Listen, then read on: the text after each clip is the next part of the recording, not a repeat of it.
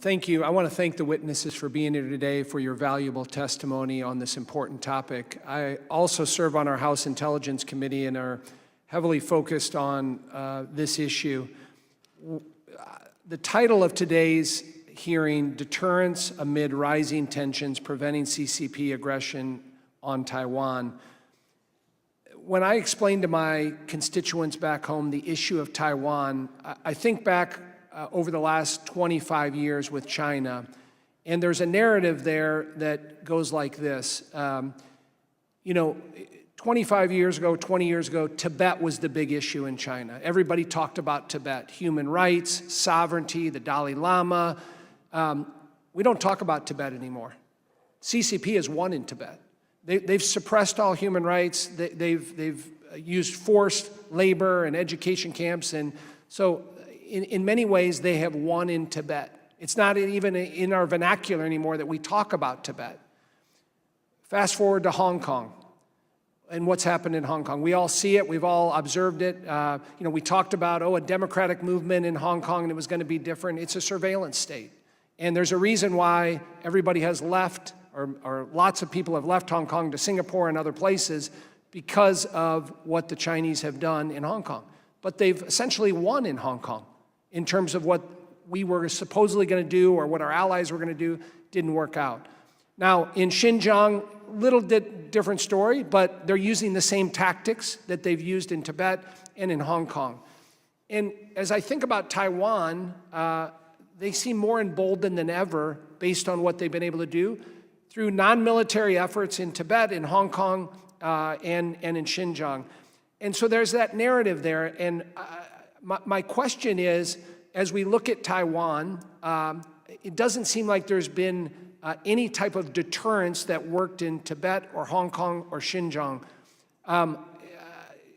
Walk me, I know Taiwan is a little bit different than those other two in many different aspects, but the narrative that I just laid out, talk to me about the Chinese thinking as it relates to what they've done there and what they're going to do in Taiwan. Admiral, I'll start with you. So first, I do think it's a different scenario. It's a scenario where by the Taiwan Relations Act and by actions we've taken over the last 30 years, we are committed to ensuring that China does not impose a non-consensual solution on Taiwan. And we've made a lot of investments in that. So I do believe that there is an opportunity for deterrence here. But your implication's right. Deterrence is not just a capability or capacity to do something, but a belief that you're willing to do it. So I think what's really critical for us is a lot of the recommendations all three of us have pushed out here are about either building capacity to do something and prevent a Chinese coercive action, and then a credible belief that you're going to do it. It's been brought up here, our withdrawal from Afghanistan, our how we've supported Ukraine. Both those factors kind of make allies nervous about our commitment. They should make Taiwan nervous. So our job, Congress's job, is to be out there aggressively pushing legislation that makes the proper investments, both in weapon systems, munitions, but also diplomatically and economically, to signal to Taiwan that we're willing to fight and die with them. That's a tough signal, but it's one I believe in. I think it's one General Flynn believes in, and we spend our careers pushing. So I do believe we can do this deterrence, sir. General Flynn. What I would say is there's been some stops and starts, even though the Taiwan Relations Act, created that.